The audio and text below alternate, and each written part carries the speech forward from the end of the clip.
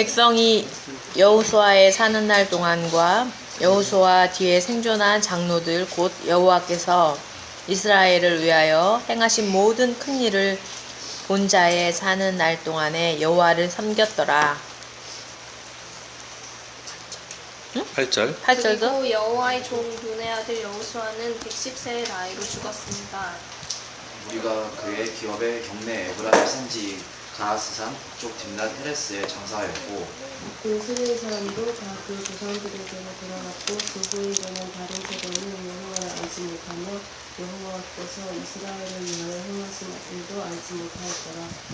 이스라엘 자손이 여호와의 목전의 아들 행하여 바알들을 섬기며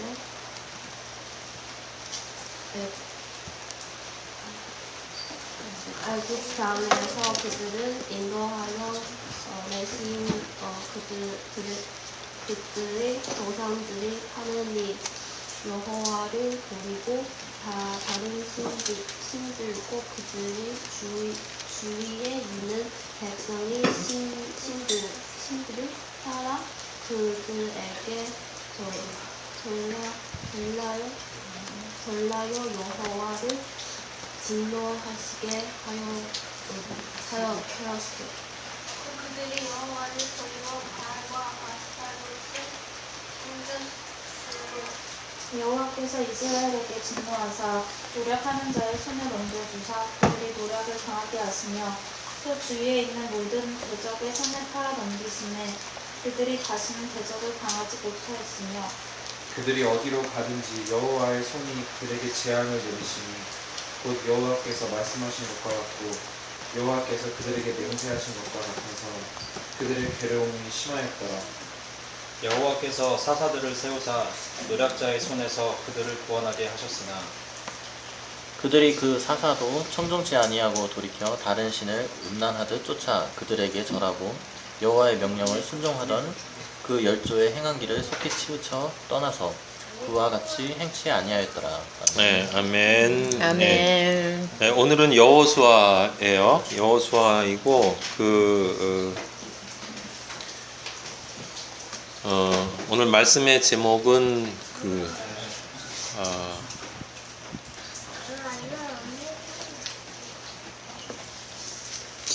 기생의 아들입니다.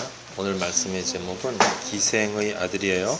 지금 본문을 2개 읽을 건데 요거 읽고 그 다음에 이제 사사 입다에 대한 본문을 좀 보도록 하겠어요. 근데 그 전에 지금 이 본문을 먼저 보는 것은 여러분들 그 창세기 끝나고 여러분 잘 아시는 것처럼 이스라엘 민족이 이제 그 가나안 땅에 있다가 요셉을 따라서 애굽으로 들어갔죠. 그죠? 그래서 그 애굽으로 들어가서 있는 동안에 이제 요셉과 야곱을 통해서 그 하나님 아버지가 누구인지를 다 알고 있었단 말이에요. 이스라엘 민족이 처음 들어갈 때 70인 정도가 들어갔는데 거기서 이제 그 첫 세대가 다 죽었어요. 그래서 출애굽기 1장에 보면 무슨 말이 나오냐면 지금 사사기 여기 나와 있는 우리가 지금 읽은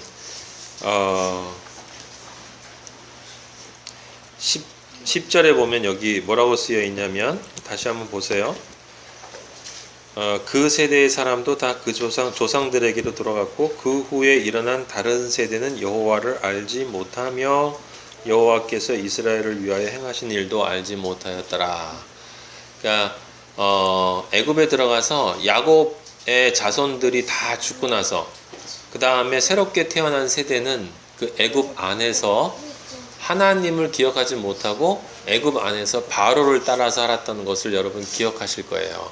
같은 이야기가 반복이 되는 거예요, 지금. 그래서 그 이스라엘 민족이 애굽에서 바로라는 이 이방 왕 밑에서 그 400년 숫자로 이제 400년이라는 숫자를 살았는데 그 실질적으로는 이제 하나님이 정하신 때라는 거예요. 충족되어질 때라는 얘기인데 어쨌든 그 시간을 살았는데 그 기간을 시작할 때 그 백성들이 이스라엘 민족이 하나님 아버지를 잊어버렸다라는 사실이 나와요. 근데 여기도 똑같이 여호수아가 여러분이 아시는 것처럼 모세를 이어서 율법을 넘어서 은혜의 인도를 따라서 이제 이스라엘 민족을 가나안 땅에 들어오게 했어요. 가나안은 무엇을 상징한다고 했죠? 천국을 상징한다고 했습니다. 천국을 상징하는데 이 천국이 하나님이 말씀하시는 온전한 천국이 아니라는 증거로 이제 이스라엘 민족은 우리가 공부한 하나님의 공식에 따른 그 공식을 다시 되풀이하는 과정으로 이제 들어가기 시작하는 거예요. 그러니까 이제 지금 우리는 어디에 있는 거냐면 여호수아가 이스라엘 민족을 이끌고 가나안 땅에 들어감으로써 이제 이스라엘 민족에 대한 하나님의 공식은 끝나는 거예요. 아담 하와라는 개인의 공식이 끝났죠. 그리고 노아를 통한 가족의 공식이 끝났고 완성되었고, 그 다음에 누구예요? 아브라함을 통한 부족의 공식이 끝났고, 그리고 모세를 통한 민족의 공식이 이제 완성되어진 거예요. 완성되어졌어요. 그럼 완성되어진다는 건 뭡니까? 그건 궁극적으로 우리가 천국이라고 하는 예수 그리스도를 의미하는 그 진짜 천국, 그 진짜 천국을 경험하기 전까지는 인간은 그 완전한 천국이 아니기 때문에 부분적인 천국을 맛보지만 결국은 그 완전한 천국을 맛보기 위해선 다시 어디로 떨어져요? 하나님을 모르는 상태인 것처럼 다시 인간은 자기의 제자리로 되돌아간다는 거예요. 우리가 성경에서 본 것처럼 개가 그 씹었던 것을 다시 토했던 것을 다시 먹고 돼지가 누웠던 자리로 다시 돌아간다라는 말이 있는데, 우리가 생각할 때 그건 굉장히 비신앙적인 사람들을 해당한다라고 생각할지 모르지만 사실은 그리스도인들의 삶이, 우리 그리스도인의 삶이 그렇게 계속 반복되어져서 같은 루트로 이렇게 돌아간다는 거야. 다만 아버지의 공식에서 우리가 공부를 할 수 있는 건 뭐냐면 개인에서 가족으로, 가족에서 부족으로, 부족에서 민족으로, 민족에서 국가, 국가에서 인류로 어떻게 되는 거예요? 점점 커지고 있죠. 점점 커지고 있어요. 이렇게 원으로 그려지면서 이렇게 점점 커지고 있어요. 그래서 인류 마지막에 뭐가 나옵니까? 요한계시록에 새 예루살렘이 나와요. 거기서 이제 인류 다음에 이제 끝나는 거예요. 그러니까 인류가 끝나고 나면, 인류의 공식이 완성이 되면 그 다음에는 더 이상 반복이 없다라고 하는 거죠. 그러니까 그게 이렇게 작은 것에서 점점 커져서 이렇게 되는 거를 우리가 영적인 관점에서 바라보면 무엇을 의미하냐면, 우리의 삶이 이렇게 살다 보면 처음에 아버지를 만나서 굉장히 기쁨을 가지고 환희를 가지고 있지만, 우리 몽원이처럼 이제 그리스도인의 삶을 시작하면, 그래서 그리스도인으로서 내가 바르게 살려고 하다 보면 다시 또 우리 몸이 인간이기 때문에 다시 또 떨어질 때가 있단 말이에요. 그리고 다시 거기에서 또 다시 아버지가 주신 은혜에 또 다시 은혜를 받고 또 그렇게 다시 시작을 하고 또 떨어지고 또 올라가고 이렇게 계속 반복되어지는 삶이라는 거죠. 근데 다만 다행이고 기쁜 건 뭐냐면, 진짜 그리스도인은 그 반복되어지는데 그 반복되어지는 순간에 우리의 믿음의 양은 어떻게 된다는 거예요? 계속 자란다는 거예요. 개인보다는 가족이 숫자가 많잖아요. 그죠? 믿음의 양이 늘어난다는, 우리가 그만큼 성장한다는 것을 의미하는 거고, 그래서 인류로 충만하게 되면 그럼 더 이상 이제 그 다음엔 뭐가 없는 겁니까? 우리가 다시 흑암이라고 불리어지는 하나님을 모르는 마치 하나님을 모르는 사람인 것 같은 우리 자신을 발견하는 그런 모습으로 되돌아가지 않게 된다라고 하는 거예요. 근데 그렇게 되돌아가기 위해선 다시 한번 또 완성되기 위해서 그 흑암의 자리로, 어둠의 자리로, 죽음의 자리로 되돌아가는 과정이 있다라고 하는 거죠. 여호수아를 통해서 이제 이스라엘 민족은 가나안 땅이라고 부르는 천국에 들어왔는데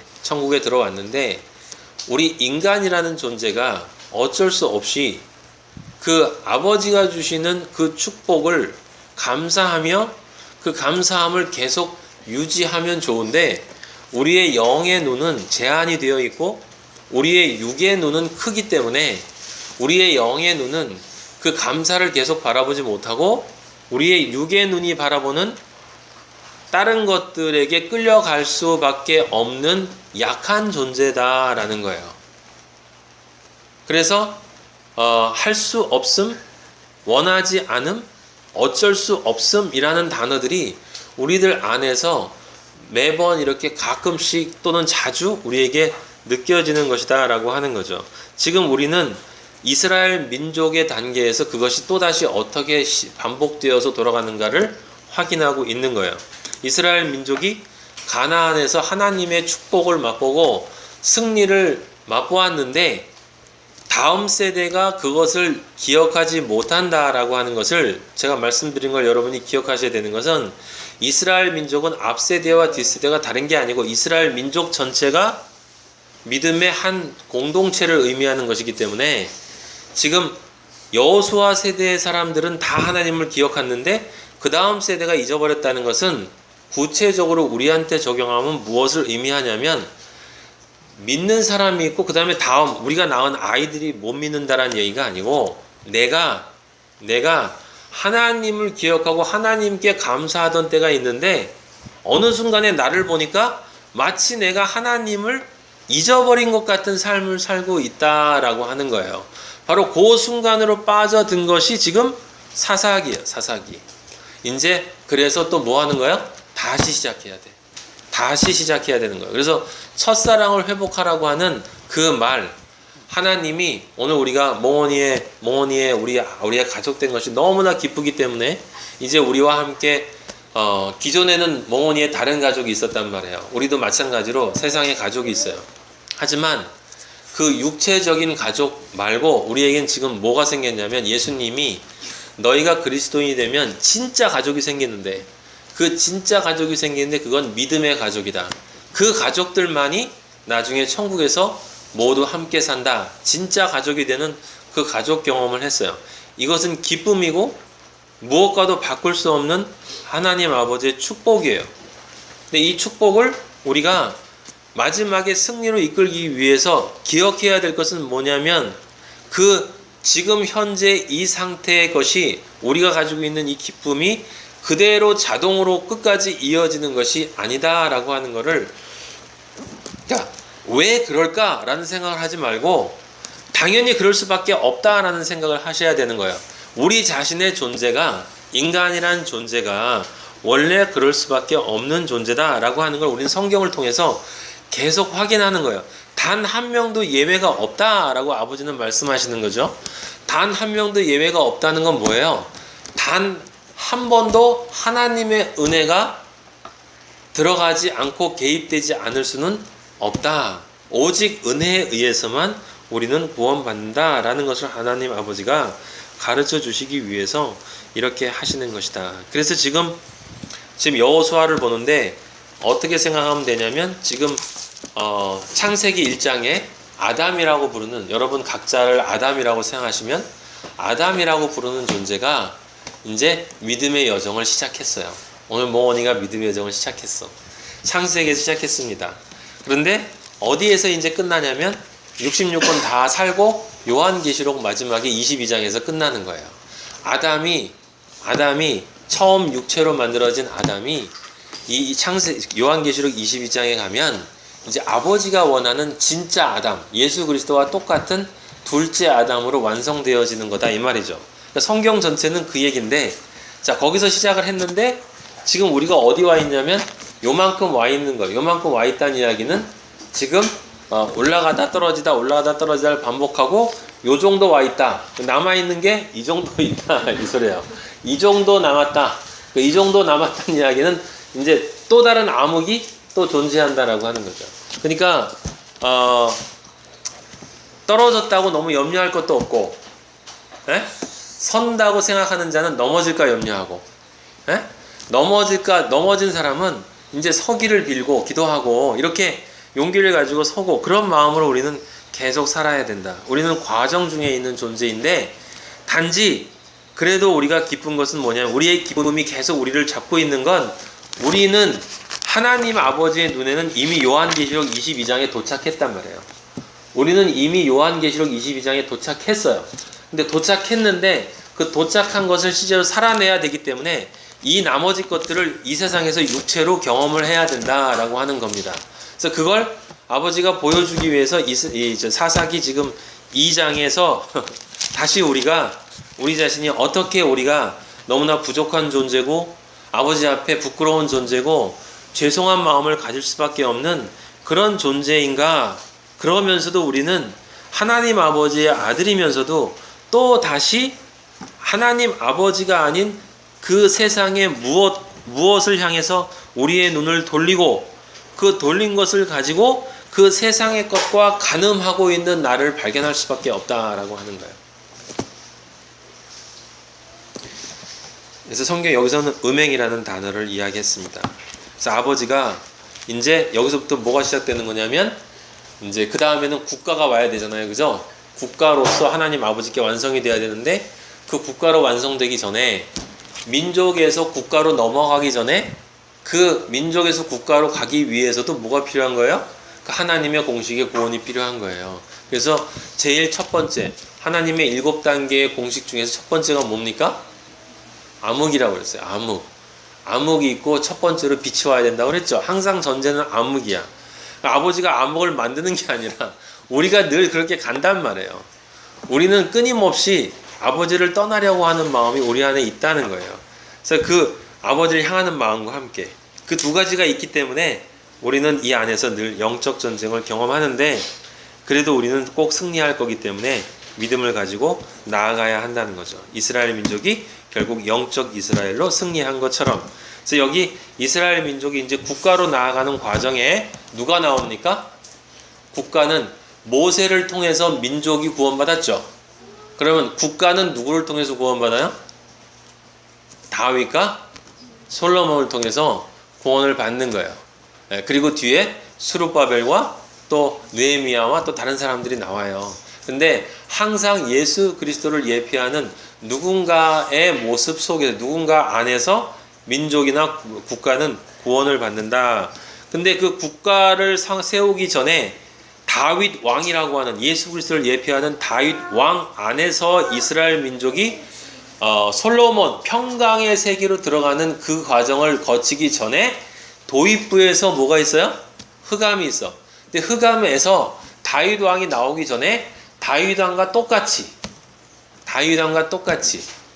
누구를? 예수 그리스도를 예표하면서 이스라엘 민족이 이 흑암에 있을 때 이스라엘 민족을 구원해 줄 사람이 필요하다라고 하는 거예요. 그래서 하나님이 누구를 보내요? 이 상태에 있는 이스라엘 민족에게 사사를 보내요. 사사를. 예. 그래서 사사기예요. 사사기. 예. 그리고 사사기가 나온 다음에는 뭐가 나와요? 사울왕, 다윗왕 이렇게 넘어가는 거예요. 예? 예. 자, 그 얘기는 뒤에 하도록 하고 그럼 사사라는 말은 무슨 말입니까? 예?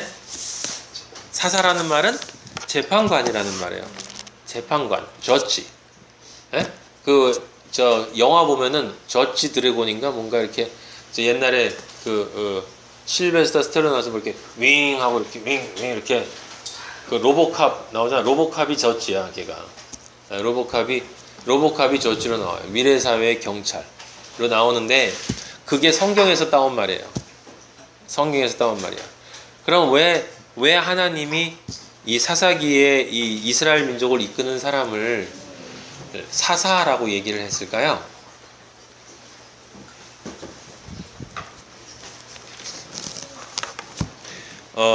요한복음 12장 한번 볼래요? 요한복음 12장.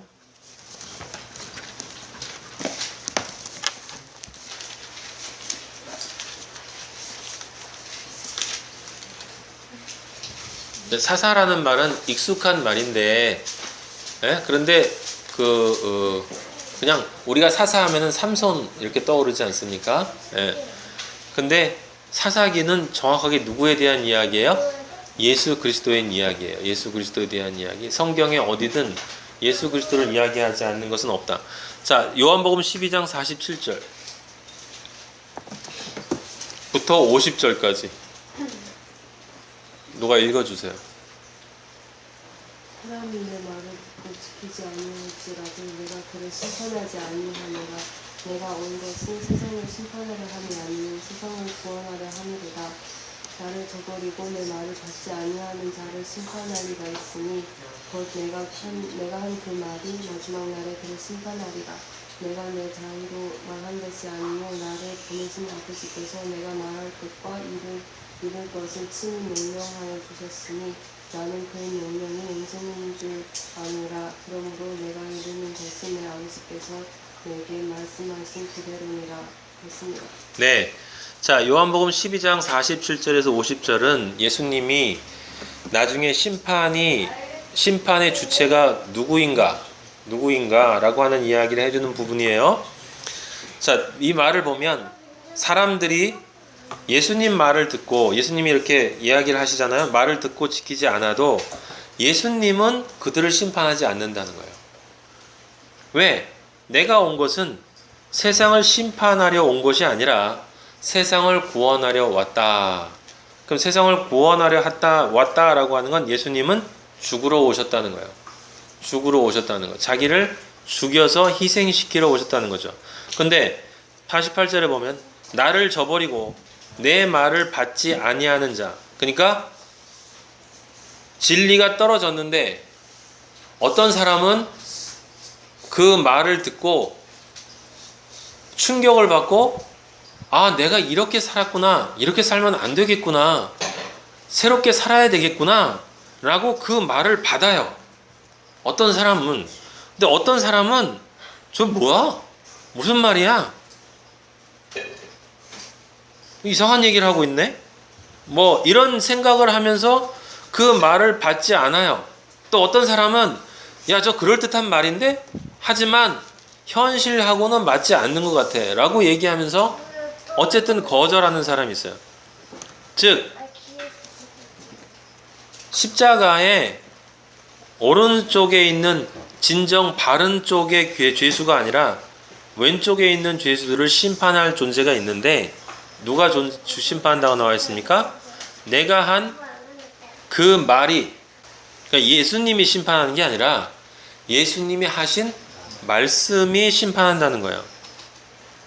근데 그 말씀이 무슨 말씀이냐면 예수님 스스로 말한 게 아니라 나를 보내신 아버지께서 명령하여 주신 그것을 내가 말하는데 그 명령이 곧 영생이라는 거예요. 그러니까 말씀이 영생이라는 거예요. 그럼 이 말을 여러분이 이해하려면 요한복음 1장에 태초에 김요엘 태초에 말씀이 있었다. 근데 그 말씀이 하나님과 함께 있었는데 그 말씀이 하나님이었다. 그리고 그 다음에 뭐라고 쓰였어요? 말씀이 육신 안에 들어가서 육신이 되어 라는 말이 있어요. 그러니까 말씀이 육신 안에 들어간 거예요. 그러면 여기서 내가 심판하지 않는다라고 하는 것은 누구를 얘기하는 겁니까? 육신이 된 예수님을 이야기하는 거고, 심판한다라는 그 말은 뭐예요? 그 육신 안에 들어간 하나님의 말씀, 즉 하나님 자신인 거예요.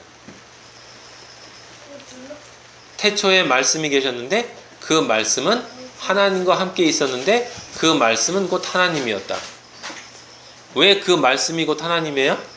왜냐하면 하나님의 뜻이 그 말씀이기 때문에 그렇다 이 말이에요. 그 말이 뭐 한다고 그랬어요?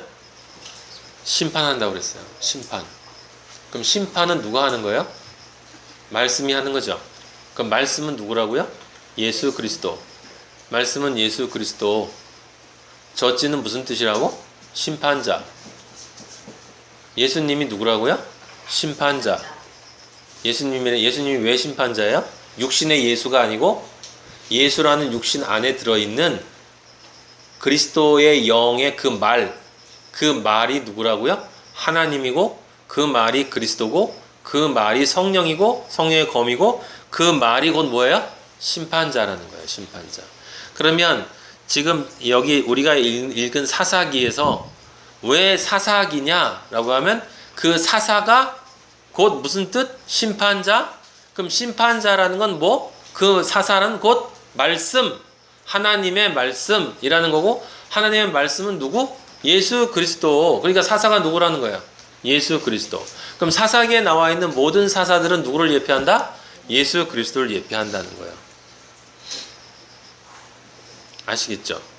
네. 그러니까 우리가 얘기하는 공식이 맞아요. 왜? 첫 번째 흑암에 있는데 누가 와요? 빛이 와. 빛은 누구? 예수 그리스도. 예수 그리스도인 말씀. 그 말씀이 떨어지면 받는 자에겐 구원이요, 받지 않는 자에게는 저주다. 그래서 사사가 오면 반드시 승리와 패배가 있다, 이런 얘기예요. 갈라짐이 있다라고 하는 거예요. 이제 왜 사사기인지를 여러분이 이해하셨을 거예요.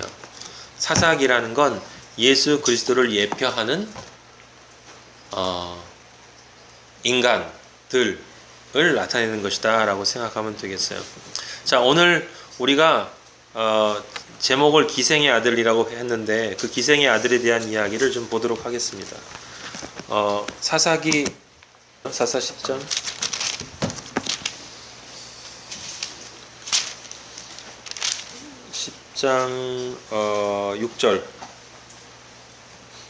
6절부터 좀 길어요. 여러분들 아마 입다에 대한 이야기는 별로 들어본 적이 없을 거예요.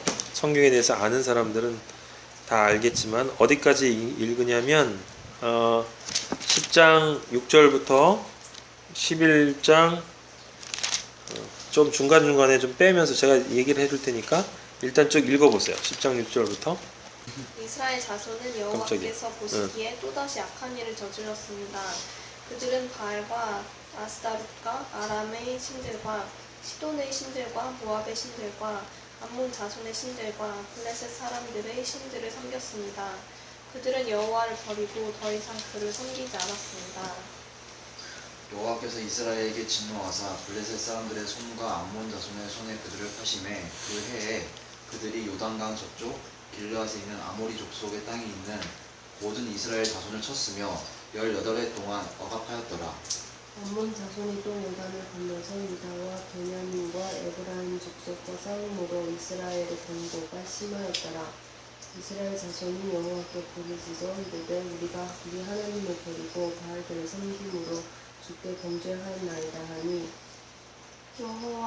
여호와께서 이스라엘 자손에게 이르신 내가 엘국 사람과 아모리 사람과 암몬 자손과 블레셋 사람에게서 너희를 구원하지 아니하였느냐.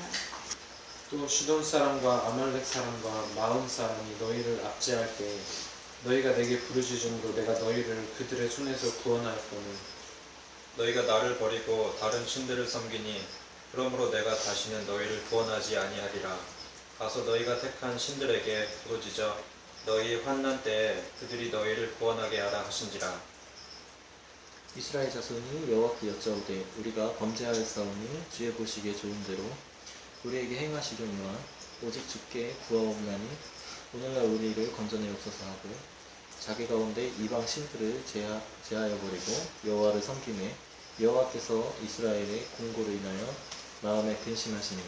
네, 지금 여기 16절까지 보면 여러분 이 사사 입다 이전에 다른 사사들이 있어요. 삼손도 나오고 뭐 여러 사사가 나오고 드보라 기드온이 나오고 그다음에 이 앞에 여러 사사가 나오는데 삼손인가?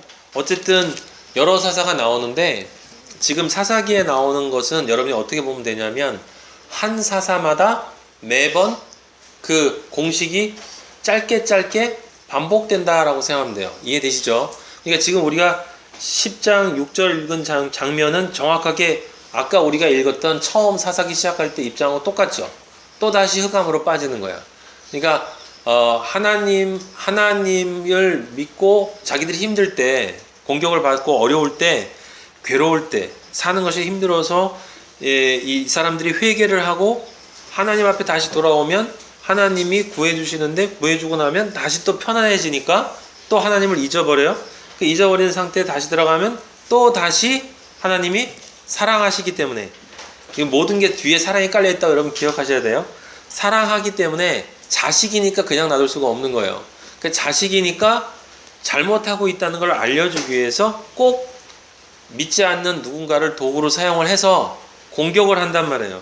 그럼 우리가 생각할 때는 왜 나는 맨날 공격을 당하고 왜 나는 맨날 누군가가 날 괴롭히고 옛날엔 예수님 안 믿었을 때는 세상이 잘 풀렸는데 오히려 예수님 믿고 나니까 이것도 안 되는 것 같고 저것도 안 되는 것 같고 이렇게 우리는 생각한다 이 말이에요. 근데 이제 그건 과거에 우리가 겉으로만 세상을 바라보던 시각에 매여 있기 때문에 그런 것이고 속의 영적인 관점으로 우리가 들어가서 바라보면 그 모든 것은 다 하나님이 우리를 성장시키기 위해서 훈련시키는 거고 훈련을 그냥 우리가 가만히 있는데 훈련시키는 게 아니라 저번에도 제가 말씀드렸지만 우리는 처음부터 예수 그리스도와 동일한 존재가 될 수 없기 때문에 그냥 아버지가 우리를 놔두면 제가 요엘이 다혜를 그냥 놔두면 절대로 제가 원하는 아들이 될 수 없기 때문에 그래서 그냥 그대로 놔둘 수가 없다라고 하는 거예요. 그리고 때로는 그런 마음이 전혀 없으면서도 제가 요엘이한테 너 아빠가 싫어? 그러면 네가 좋아하는 사람이랑 살아. 이렇게 얘기를 하는 것과 마찬가지로 하나님도 인격적으로 우리한테 그렇게 얘기하신다고. 여기 보면 가서 너희가 택한 신들에게 부르짖어. 너희가 환난 때 그 이방 신들이 너희를 구원하게 해. 내가 싫으면 너희들이 원하는 대로 가. 그게 아버지가 버리신다는 이야기가 아니고 화가 나서 이렇게 그런 이야기를 하는 게 아니라 그 밑바탕에는 근본적으로 뭐가 있어요? 얘를 반드시 데리고 돌아올 생각이 깔려 있는 거예요. 그래서 거기 16절 보면 자기 가운데에서 이방신들을 제하여버리고 여호와께서 이스라엘의 공고로 말미암아 마음에 근심하시니라 라고 하는 건 내 자식의 아픔이 그대로 느껴진다라는 걸 뜻하는 거예요. 아버지가 자식의 아픔을 그대로 느낀다라는 것이에요. 여러분들이 그리스도인으로 살아가는 그 삶 속에서 여러분들이 그리스도인으로 살아가려고 결정을 하고 살아갔기 때문에 이 세상에서 받는 유혹과 이 세상에서 겪는 어려움과 그리고 그런 것들로 인해서 내가 마음속에 갖는 갈등과 고통이 있을 때 그거는 아버지가 다 아시기 때문에 아버지가 그것으로 인해서 근심하신다고요. 그러니까 저 자식 좀 잘 돼야 될 때 이게 근심하는 게 아니라 내 자식이 저렇게 힘들어한다라는 그 힘들어함을 바라보는 안쓰러움이란 말이에요. 부모가 생각할 때 아무리 잘못했다 하더라도 그 잘못한 것으로 인해서 제가 자식이 힘들어하면 말 안 듣고 불장난하다가 팔에 화상을 입으면 이 손이 이렇게 탈 거 아닙니까? 그래서 거기 아파가지고 이렇게 하면 그러면 부모가 제가 만약에 유일하게 그러면 자식이 말 안 듣고 맨날 놀더니 잘 됐다 임마 그렇게 얘기하지만 걔가 아파하는 거 보면 속으로 안쓰러운 거예요. 근심한단 말이에요. 아버지는 여러분들을 눈동자 같이 보호하기 때문에 한 번도 눈에 띄지 않고 그리스도인이 된 아들들에게 있어서는 머리끝에서부터 발끝까지 모든 것을 다 간섭하시고 우리 내장 안에 있는 유전자와 세포가 하나 사라지는 것까지 아버지는 다 간섭을 하시는 분이에요. 여러분 0.0001g 살이 찌는 것도 아버지는 다 알고 계세요. 머리카락 하나 빠지는 것도 우리가 봤을 때 여러 머리카락 빠지는 것도 아버지는 다 세고 계신단 말이에요. 그러니까 그거는 다른 게 아니라 아버지가 그거 세고 계시겠어요? 그런 게 아니라 하나도 우리의 아들 되어짐으로 나아가는 그 길에 있어서의 모든 일 중에 아버지가 놓치는 것은 하나도 없다. 그러니까 모든 것은 아버지의 손안에 있다. 아버지가 모든 것을 다 알고 계시기 때문에 반드시 모든 것을 선으로 이끌어서 우리를 그 자리로 데려가신다라고 하는 거예요. 그래서 여기 근심하셨어요. 근심하시면 그냥 끝나는 게 아니라 이제 바로 근심하셨기 때문에 하나님이 인류를 보고 근심하셨기 때문에 누구를 보내셨어요? 아버지의 아들을 보냈단 말이에요. 예수 그리스도를 보냈다고요. 그 예수 그리스도를 보낼 거를 미리 알려주시기 위해서 그래서 여기 또 새로운 사사가 나와요. 11장에 보면 이제 그 사사가 등장을 하는 거예요. 입다라고 하는 사사인데 그 11장 1절부터 한번 읽어보도록 하겠습니다.